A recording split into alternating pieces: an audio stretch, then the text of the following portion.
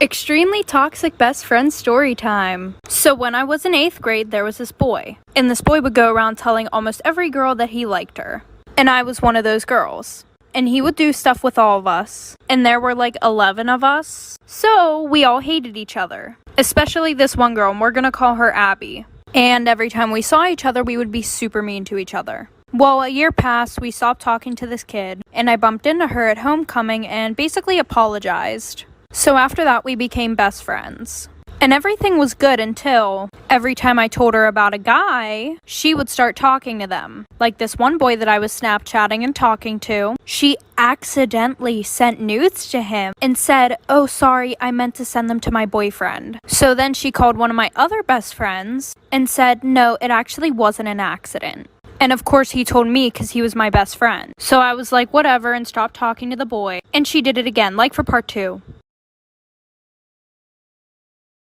Extremely toxic best friend part 2. So pretty much her excuse for that was, oh, well, he said that he was gonna leak my nudes if I didn't send him them again. Which was a lie because literally half the school already had her nudes. So then I started talking to this other boy. And he lived like right down the street from her. So she was like, if you want to go to his house, you can. And I was like, are you sure? And she said, yeah, just go tell my mom. And I was like, oh, okay. So I went and told her mom where I was going and went over his house. So I walked back to her house and she literally locked me out.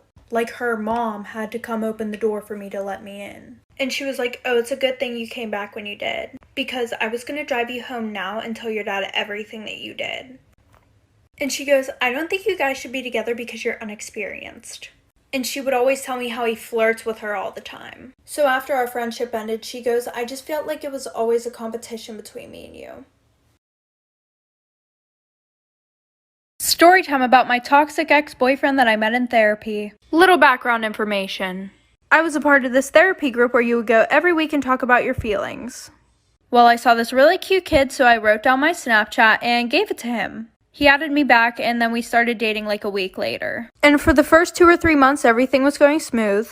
And then he became really toxic and controlling. Like, he would always go through my phone. And any guy that I had a streak with, he would accuse me of cheating on him with them. And it got to the point where he was literally so clingy. Like, every second of every day he wanted to FaceTime, he had to be talking to me. I had to have my location on. And I would explain to him that I needed my space, but he literally just did not get the hint. So by this point, we were literally on and off all the time. And anytime that I broke up with him, I would block him because I didn't want to think about him. But he started calling my parents and complaining about me. So they blocked him. And then he tried being friends with my brother to get to me.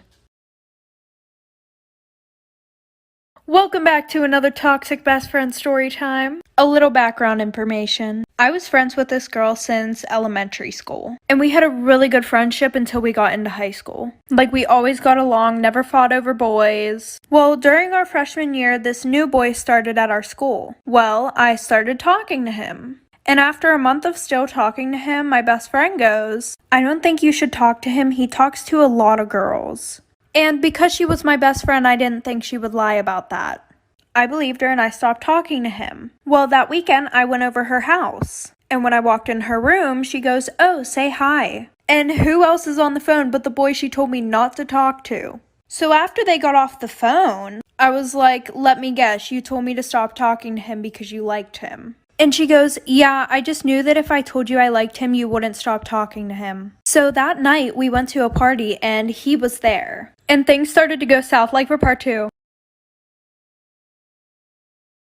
Part 2 to my most recent toxic best friend story time. Little background information. I told him the reason why I didn't want to talk anymore was because I just didn't want a relationship. So we get to the party and him and his friends were there, so she went over to them. And I went and talked to other people because I just didn't want it to be awkward. Well, an hour later, we all met up again, and I started having a conversation with him. Well, I guess my best friend didn't like that, so she started embarrassing me in front of everybody. So she starts talking about how my clothes don't fit me right and I look like a blah, and how my boobs are so much smaller than hers, and how I don't have an ass. Literally in front of everybody, just embarrassing herself. and me. So after that, she went to the bathroom to throw up because she had way too much to drink, and him and I started talking, and he was like, why wouldn't you just tell me that you didn't like me? And I was like, what do you mean? I just didn't want a relationship. He goes, oh, well, she just told me that you like somebody else. So that was the last straw, and I just left her at the party. Part 2. Been kinda lonely on this Wednesday night, thinking about the things I did that made us fine. Never wanted you to feel this way about me.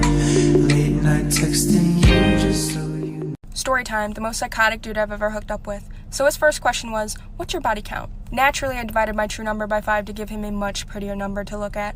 Once he was satisfied with my answer, he decided we should talk and try to pursue a relationship. So we started to talk, but he would vocally express to me he didn't like that I lived 30 minutes away because he could not regularly stop by and check in my dorm to make sure I was not sleeping with other people. So I didn't text him for 2 hours because I had to study for an exam, and he goes, well, you're a whore and you probably gave me gonorrhea. You're putting my life and my son's life in danger. Well, an STD is sexually transmitted, so it's concerning I'm putting your son's life in danger, but 2 weeks prior I got a test. Ring, ring. The results are in. I'm clean. So he then proceeds to say, I will tell everyone you love. I'll make a PowerPoint presentation, show it to your college to show everyone how nasty you are.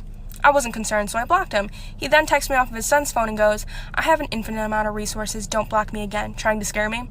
Well, I blocked the son. Radio silence. Where's your infinite amount of resources? Party story time. Okay, so I went to a party and I showed up there super early because I'm literally that person. Anyways, I was talking to the guy throwing the party and I'm like, yeah, I'm not feeling it. I don't really want to drink. Yes, I'm literally the lamest person alive. Anyways, he's like, okay, do you want a bottle of vodka? Boy, I just told you I didn't want to drink. And he's like, no, like an empty one you can fill up with water and pretend you're drinking. And I'm like, you're a genius.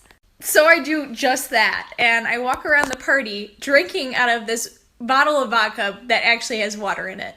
People literally thought it was legendary. They thought I was getting so drunk. So basically at this point I was lying to everybody at the party. So anyways, I get thirsty, so I step outside and start chugging this bottle of vodka that's actually water. And I look to my left, and there's this girl literally staring at me. Okay, I have like a really gross, disgusting story time, so just listen. So like in 7th grade, like girls at my middle school thought it was like trendy and like cute and quirky to like piss your pants, like at school, like do it at school. Like they would like laugh so hard that like, oops, like they peed themselves. And like would keep it on their butt all day. And then they would like ask for like their crush's sweatshirt to like cover up like the pee on their butt just because like they're so cute and quirky.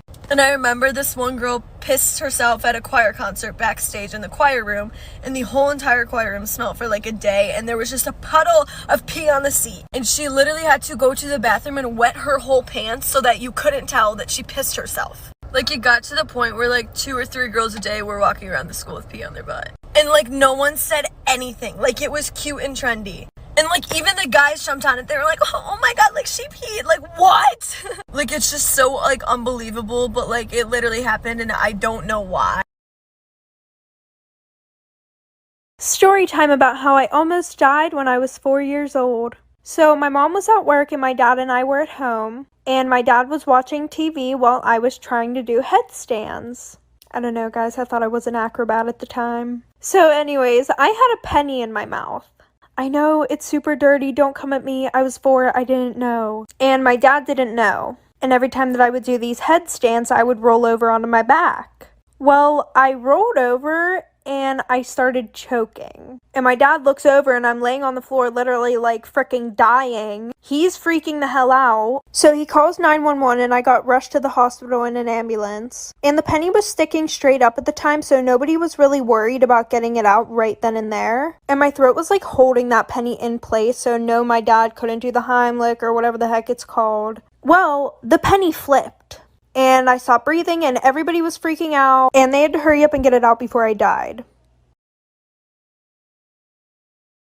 Story time about how I found out that my mom fucked my boyfriend. So a little background information. My mom had me whenever she was 15. So we were always super close because we were so close in age. Well, during my senior year of high school, I started dating this guy. I was 18, he was 20. Well, after dating for a little bit, it was time for me to go off to college. And we didn't want to do long distance, so we kind of just cut it off. And instead of going to college, he just wanted to work, so he stayed in my hometown. And he was pretty close with my mom too, because during my school year, he got kicked out of his parents' house and came and stayed with us for like a month. And we're gonna call him Bryce. Well, I get a text from my mother the one day, and she's like, "Hey, honey, Bryce wants to know if he can come stay here. His parents kicked him out again." And I was like, "No, that's weird. Like, we're not even dating. What the fuck?" And her response was, "Well, honey, I'm a good person, so I'm not going to listen to what you say on this one. He's going to come stay with us." And I wasn't even living there at the time, and she was going to let him stay there. Like for part 2.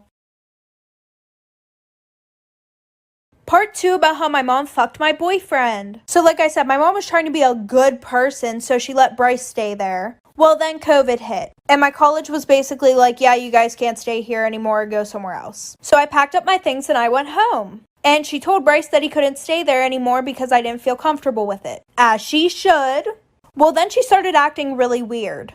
Like, she would leave the house at 2 in the morning and wouldn't come back until like 8 in the fucking morning. And the one night while she was making dinner, I saw a text from Bryce pop up on her phone. So I opened it, and there were no text messages except one from Bryce saying, "I won't, don't worry." But I didn't ask her about it because I trusted her. Well, the one night I was going to a party, and I was in charge of bringing the alcohol. Well, on my way to the party, I realized I forgot the alcohol. So I pull up to my house, and I see Bryce's truck outside. So I went around to the window, and in the living room, I could see my mom and Bryce fucking on the couch. I took a video, put it on Facebook, and after that, she was labeled a homewrecker in my small town. After that, I found out they had a whole relationship.